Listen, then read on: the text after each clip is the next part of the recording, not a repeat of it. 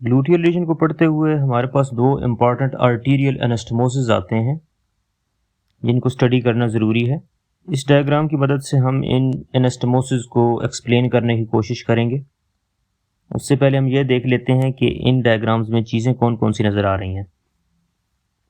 तो ये वाला जो व्यू है ये एंटीरियर व्यू है सारा,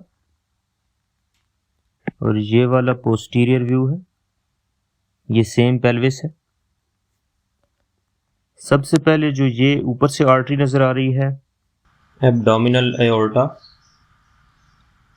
right and left common iliac artery.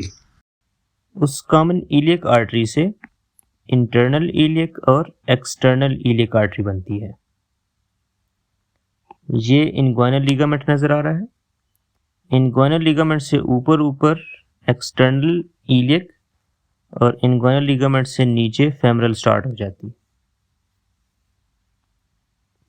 इसी तरह फेमरल जा रही है। फेमरल जो है वो प्रोफंडा फेमोरिस और सुपरफिशियल फेमोरिस आर्टरी में डिवाइड हो जाती हैं। इसी तरह ये बैक से अगर हम देखें तो हमें femoral artery superficial and profunda femoris artery नज़र आ रही है। Internal iliac, external iliac, femoral, superficial femoral, deep femoral, और डीप का दूसरा नाम profunda femoris. Trochanteric and cruciate anastomosis के लिए इंपॉर्टेंट ब्रांचेस की बात की जाए तो सबसे पहले हम ऊपर वाले रीजन से स्टार्ट करते हैं। तो ये हमने बात की कि ये वाली इंटरनल आइलिक है और ये एक्सटर्नल आइलिक है राइट साइड की। तो इंटरनल आइलिक में से देखें तो दो इम्पॉर्टेंट ब्रांचेस हैं, superior gluteal and inferior gluteal. यहाँ पे हम एंटीरियर व्यू की बात कर रहे हैं। इसी डिस्क्रिप्शन को पोस्टीरियर व्यू में देखते हैं। तो जिस तरीके से superior gluteal artery greater sciatic foramen के अपर मार्जिन के साथ मौजूद है, पोस्टीरियर भी अगर देखें तो ये इस तरीके से आ जाती है, और यहाँ पे ये सुपरफिशियल एंड डीप ब्रांचेस देती है। इसी तरह इंफीरियर ग्लूटियल जो है इंफीरियर मार्जिन में से बाहर आ गई, यहाँ पे इसने मल्टीपल ब्रांचेस देनी है। इसके बाद फेमरल आर्टरी की अगर बात करें तो जो प्रोफंडा फेमोरिस आर्टरी है ये फेमरल आर्टरी थी, सॉरी यहाँ तक फेमरल आर्टरी थी, आगे सुपरफिशियल फेमरल है, फिर प्रोफंडिस है, ये डीप फेमरल है। तो जो प्रोफंडा फेमोरल आर्टरी है इससे दो इम्पॉर्टेंट ब्रांचेस निकल रही थी। अगर एंटीरियरली देखें तो लैटरल सर्कमफ्लेक्स और पोस्टीरियरली मीडियल सर्कमफ्लेक्स, यहाँ पे पोस्टीरियरली मीडियन सर्कमफ्लेक्स। ठीक है। तो ये जो सर्कमफ्लेक्स आर्टरीज हैं, जो सर्कमफ्लेक्स फेमोरल आर्टरीज हैं, ये जो लैटरल सर्कमफ्लेक्स है वो एक असेंडिंग ब्रांच देती है, एक ट्रांसवर्स ब्रांच देती है और एक डिसेंडिंग ब्रांच देती है। और जो मीडियल साइड की है वो एक असेंडिंग ब्रांच देती है और एक ट्रांसवर्स ब्रांच देती है। ठीक है। तो ये मेन ब्रांचेस हैं जो अपर रीजन में आ रही हैं। इसके अलावा जो प्रोफंडस आर्टरी है या प्रोफंडा फेमोरिस आर्टरी है उसके अंदर से कुछ और ब्रांचेस निकलती हैं जिनको हम कहते हैं परफोरेटर ब्रांचेस। ठीक है। परफोरेटर जो हैं ये पोस्टीरियरली मौजूद होती हैं और 4 इन नंबर होती हैं, 1, 2, 3 एंड 4। ठीक है जी, 4 परफोरेटर्स हैं प्रोफंडा फेमोरिस से। ठीक है। एंटीरियरली हमें थोड़े थोड़े नजर आएंगे, पोस्टीरियरली ये प्रॉपर नजर आती हैं। ये जो परफोरेटर्स हैं ये भी असेंडिंग एंड डिसेंडिंग ब्रांचेस देती हैं। अभी हम देखते हैं कि ये ट्रोकेंटेरिक एंड क्रूशिएट एनास्टोमोसिस होते कहाँ पे हैं।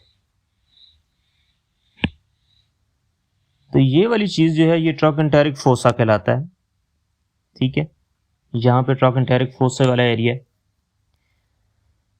तो जो ट्रोकेंटेरिक एनास्टोमोसिस है वो ट्रोकेंटेरिक फोसा में है, और जो क्रूशिएट एनास्टोमोसिस है वो पोस्टीरियर एस्पेक्ट ऑफ फीमर पे है और इस एरिया में है। ये ग्रेटर ट्रोकेंटर है, ये लेसर ट्रोकेंटर है। इस ट्रोकेंटर लेसर ट्रोकेंटर के एरिया में मौजूद होती है क्रूशिएट एनास्टोमोसिस। ट्रोकेंटेरिक एनास्टोमोसिस बनाने के लिए हमें 4 आर्टरीज रिक्वायर्ड हैं और वो चारों आर्टरीज यहीं पे मौजूद हैं। अभी हम इनको बनाते हैं। सबसे पहले तो ascending branch of medial circumflex artery first हो गई। Ascending branch of lateral circumflex artery second हो गई। ठीक है, ये अगर हम इसको देखें यहाँ पे, ये वाली एंटीरियरली हमें जो नज़र आ रही है ये पोस्टीरियरली नज़र नहीं आएगी, लेकिन हम थोड़ी सी इसको ड्रा कर लेते हैं। ऐसे ऐसे यहाँ पे हम कोना सा इसका ड्रा कर लेते हैं। ठीक है जी, ऐसे है जैसे कि ये सामने से आ रही है। और इसके अलावा deep branch of superior gluteal artery and another branch from inferior gluteal artery. ये 4 आर्टरीज यहाँ पे आपस में एनास्टोमोज हो रही हैं और इस एनास्टोमोसिस को हम कहते हैं ट्रोकेंटेरिक एनास्टोमोसिस। दूसरा इंपॉर्टेंट एनास्टोमोसिस क्रूशिएट एनास्टोमोसिस है, जो कि हमने लेसर ट्रोकेंटर के एरिया में बनाना है। उसके लिए देखते हैं कौन कौन सी आर्टरीज रिक्वायर्ड है। ये हमारे पास प्रोफंडा फेमोरिस आर्टरी है और इसमें से ये लेटरल सर्कमफ्लेक्स आर्टरी जा रही है, जिसकी लेटरल सर्कमफ्लेक्स की ascending, transverse and descending branch है। लेटरल सर्कमफ्लेक्स की ट्रांसवर्स ब्रांच सर्कल ओवर करती है फीमर को और दूसरी साइड पे आ जाती है पोस्टीरियर साइड पे। तो transverse branch of lateral circumflex femoral artery and transverse branch of medial circumflex femoral artery, ये ट्रांसवर्स ब्रांच है इसकी। ये 2 आर्टरीज हो गई। इसके अलावा ascending branch of first perforator artery. ठीक है, तो 3 आर्टरीज हो गई। And the fourth artery comes from inferior gluteal artery. ठीक है, तो इंफीरियर ग्लूटियल आर्टरी से एक और ब्रांच आती है और ये ब्रांच यहां पे आके एनास्टोमोज होती है। ठीक है, 1 2 3 4। तो यहां पे ये एक और एनास्टोमोसिस तैयार हो गया और इसको कहते हैं क्रूशिएट एनास्टोमोसिस। तो ये दोनों एनास्टोमोसिस बहुत इंपॉर्टेंट हैं फॉर द सर्कुलेशन।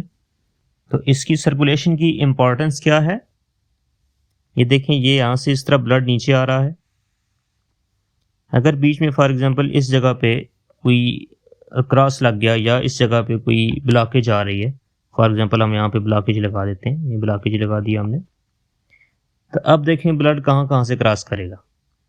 ब्लड ने यहाँ पे आना था, यहाँ से इधर जाना था, आगे नहीं जा पा रहा, तो वो किधर जाएगा, इंटरनल इलियक में घुसेगा। इंटरनल इलियक से इन दोनों आर्टरीज में जाएगा, ग्लूटियल आर्टरीज में। यहाँ देखें फॉर एग्जांपल ये ग्लूटियल आर्टरी से जा रहा है, यहाँ से इधर आएगा और इधर से फिर फेमरल आर्टरी में आ जाएगा। ठीक है, समझ आ गई। या अगर इंफीरियर ग्लूटियल से आएगा तो इस तरीके से क्रूशिएट एनास्टोमोसिस में अगर यहाँ से ऐसे निकल जाएगा। ठीक हो गया। वन मोर इम्पॉर्टेंट थिंग कि ये जो नीचे आर्केड सी बन रही है कंप्लीट असेंडिंग और डिसेंडिंग ब्रांचेस की, इसका अलग से एक और नाम है, उसको बोलते हैं longitudinal anastomosis. Longitudinal anastomosis gluteal region का पार्ट नहीं है, लेकिन वैसे मैंने आपको बता दिया इसमें।